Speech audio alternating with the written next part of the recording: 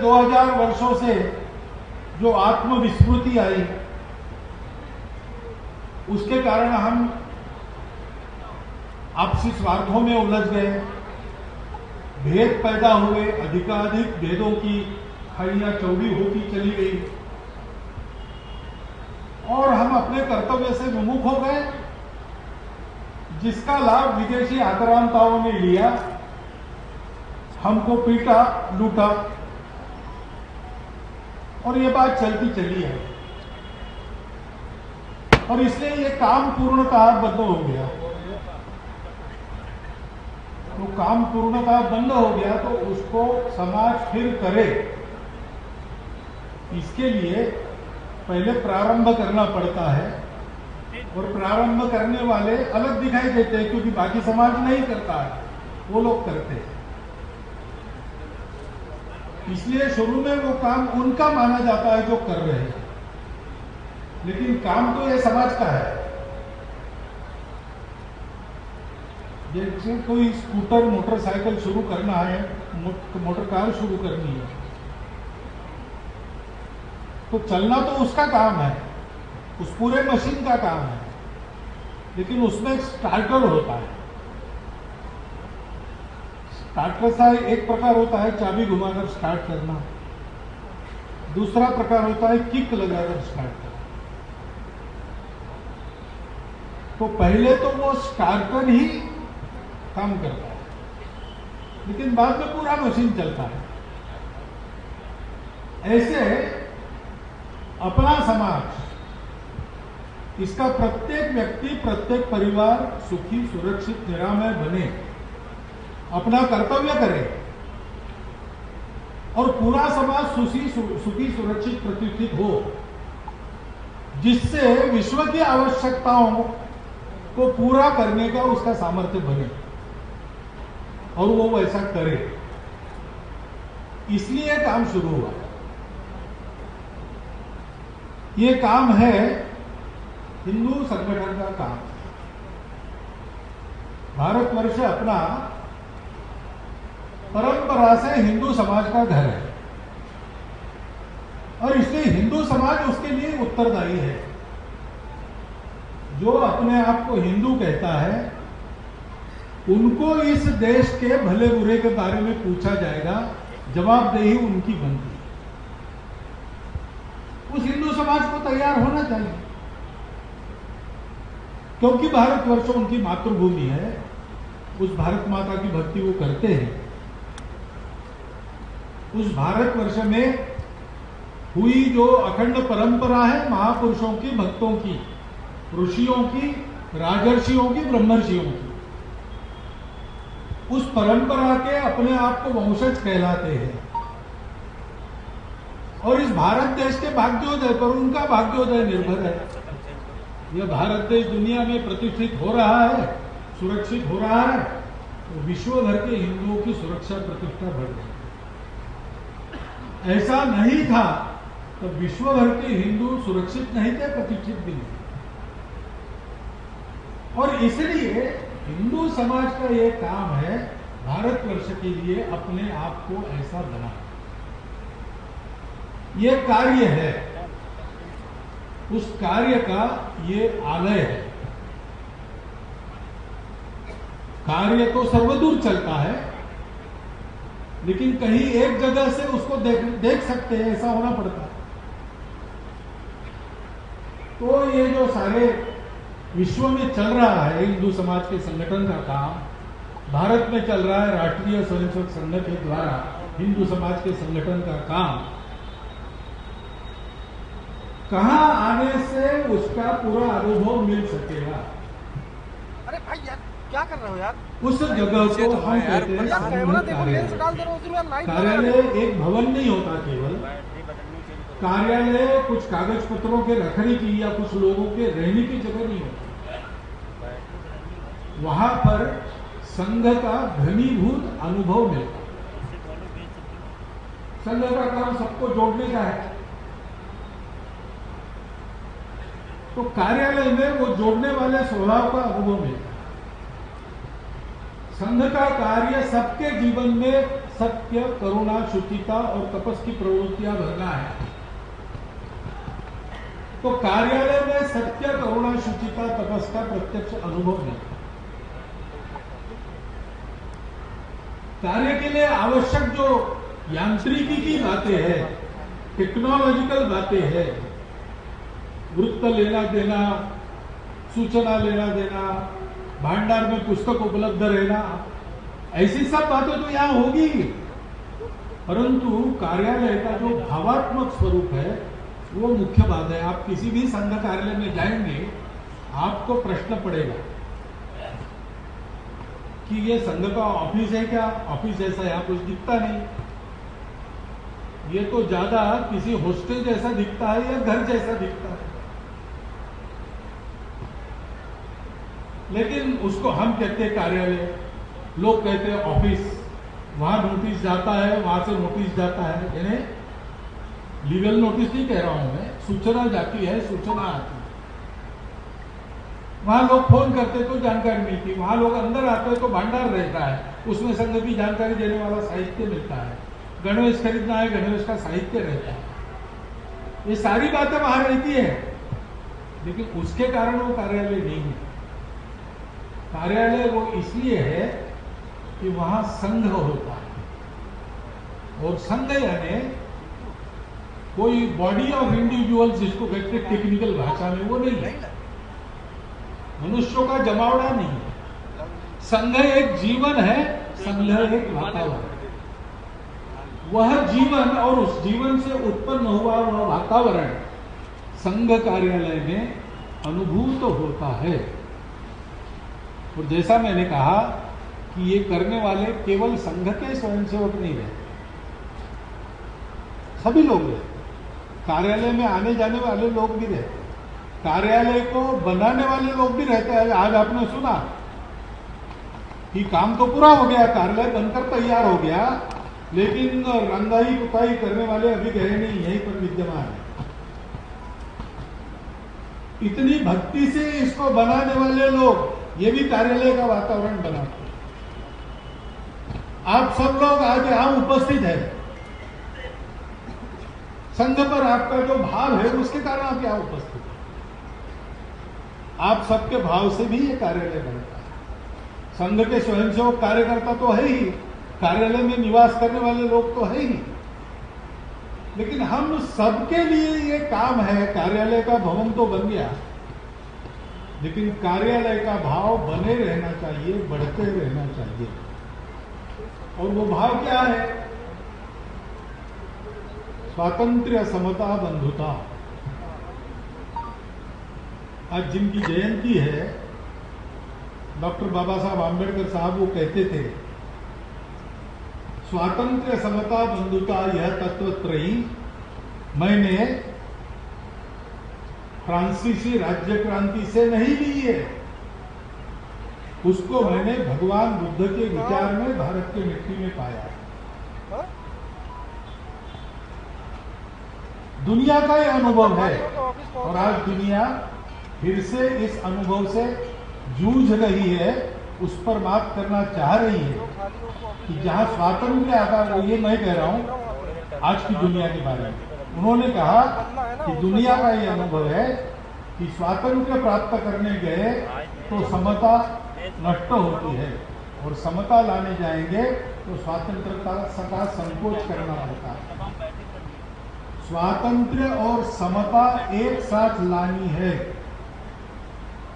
तो तीसरा तत्व अनिवार्य है, वो है बंधुभाव। लिबर्टी, इक्वालिटी एक साथ आनी है तो फ्रैटर्निटी आवश्यक है, और बंधुभाव ही धर्म है। भारत धर्मप्राण देश है। बाबा साहब अम्बेडकर इस धर्म तत्व के पक्के पुरस्कर्ता थे। उनका काम क्या था? समाज से जड़ मूल से विषमता को उखाड़ देना। संघ अगर एक स्टार्टर है, तो बाबा साहब का काम भी एक स्टार्टर था। संघ चाबी घुमाने वाला स्टार्टर कह सकते हैं आप, बाबा साहब का किक वाला स्टार्टर था, क्योंकि हिंदू समाज सुन नहीं रहा था। इसलिए हिंदू समाज को इस विषमता से बाहर लाने के लिए उन्होंने अपना पूरा जीवन व्यतीत किया, दीक्षा परिवर्तन भी किया, क्योंकि उनकी प्रामाणिक इच्छा यह थी भारत देश अच्छा बनना है तो भारत देश के सारे आपत्तियों के मूल में ये जो विषमता है, असमानता है, एक दूसरे के प्रति प्रेम की कमी है, ये सब कारण है, उसको उखाड़ना चाहिए। वो मुक्तम होगी।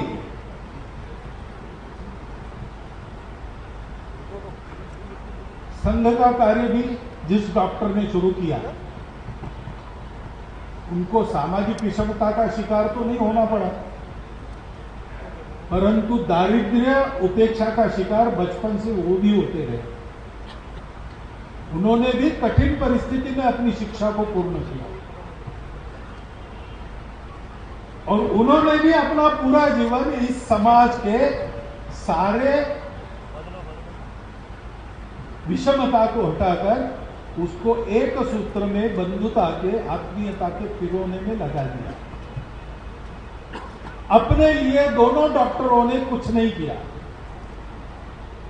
जब डॉक्टर अंबेडकर साहब चले गए तो उनके बाद उनकी स्टेट क्या थी? उनका पुस्तकालय। और डॉक्टर हेडगेवार जब चले गए तो उनके बाद उनकी स्टेट क्या थी? उनका पत्राचार। अपने लिए कुछ नहीं लिया। जीवन भर हिंदू समाज में एकता समानता बनी रहे और यह हिंदू समाज अपने आप को स्वतंत्र करे और सारी दुनिया को जो सब प्रकार के शोषण चलते हैं, विषमता चलती है, उससे मुक्त करने का रास्ता बताए, ऐसा योग्य अपना समाज बने। इसीलिए दोनों की जिंदगी खुल गई। ये बड़ा संयोग है और अपना सौभाग्य है कि आज इस केशव स्मृति का लोकार्पण डॉक्टर बाबा साहब आंबेडकर के जन्म दिवस पर उनका स्मरण करने के लिए आज यहां पर हो रहा है। काम एक ही था, दोनों ने प्रारंभ अलग अलग अवस्था में अलग अलग दिशा से किया था और इसलिए जब 1924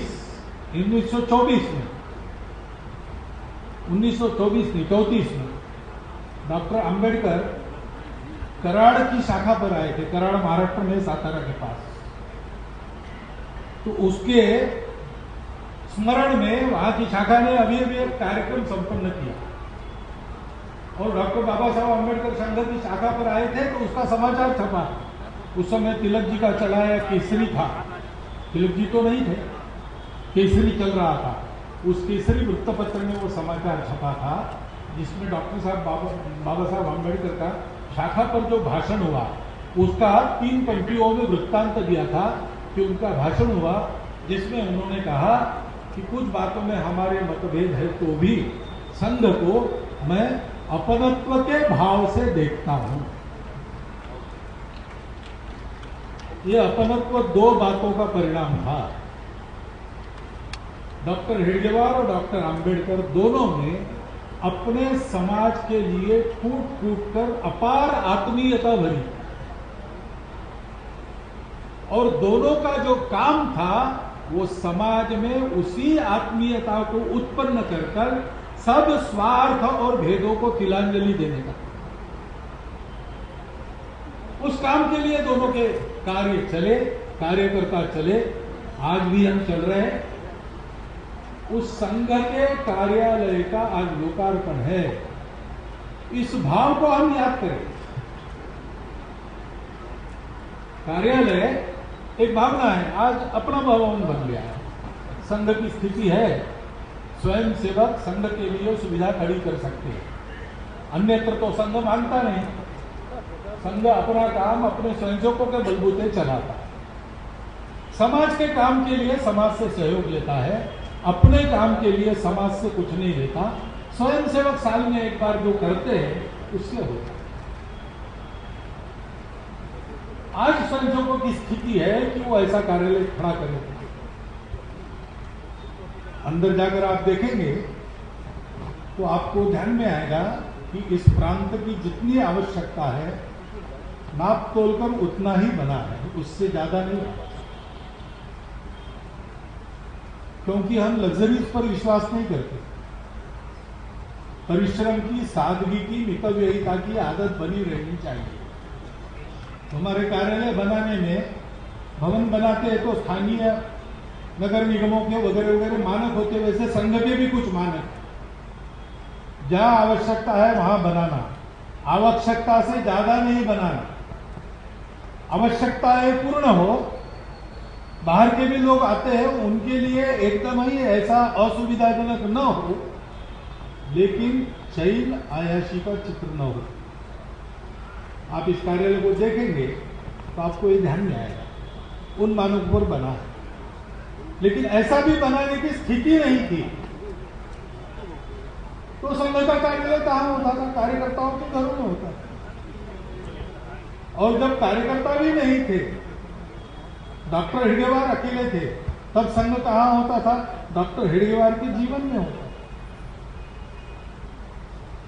क्योंकि संघ एक भावना है, संघ एक जीवन है। वो जीवन और भावना देश काल परिस्थिति अनुसार जहां रहनी है वहां रहती है। कभी दिखाई नहीं देती, इतनी सूक्ष्म होकर रहती है, कभी सबको दिखे ऐसा वटवृक्ष जैसा विस्तार लेके खड़ी होती है। संघ के कार्यालय भी ऐसी है, कभी दिखाई न देते थे, इतने छोटे होते थे, लोगों को पता भी नहीं होता था कहां है। आज प्रसिद्ध है, दिखाई देते हैं, परंतु वो तो बाहर का रूप है। वास्तविक जो रूप है, जो अन्यान्य परिस्थितियों में, अन्यान्य रूपों में अपना काम करके रहता है, वो ये संघ भाव है। उस भाव को हम सबको मिलकर वर्धिष्णु रखना है, सुरक्षित रखना है। इसीलिए कार्यालय बनता है, इसीलिए वो कार्य का आलय कहता है। नहीं तो कार्यालय को हम ऐसा भी तोड़ सकते, कार्य का लय, वो लय नहीं है, आलय है। भवन को हम कह सकते जहां कुछ नहीं होता, भवन, ऐसा नहीं है, वो क्रियापद है भवन, जहां कुछ होता है। कार्यालय में ये सब होना चाहिए।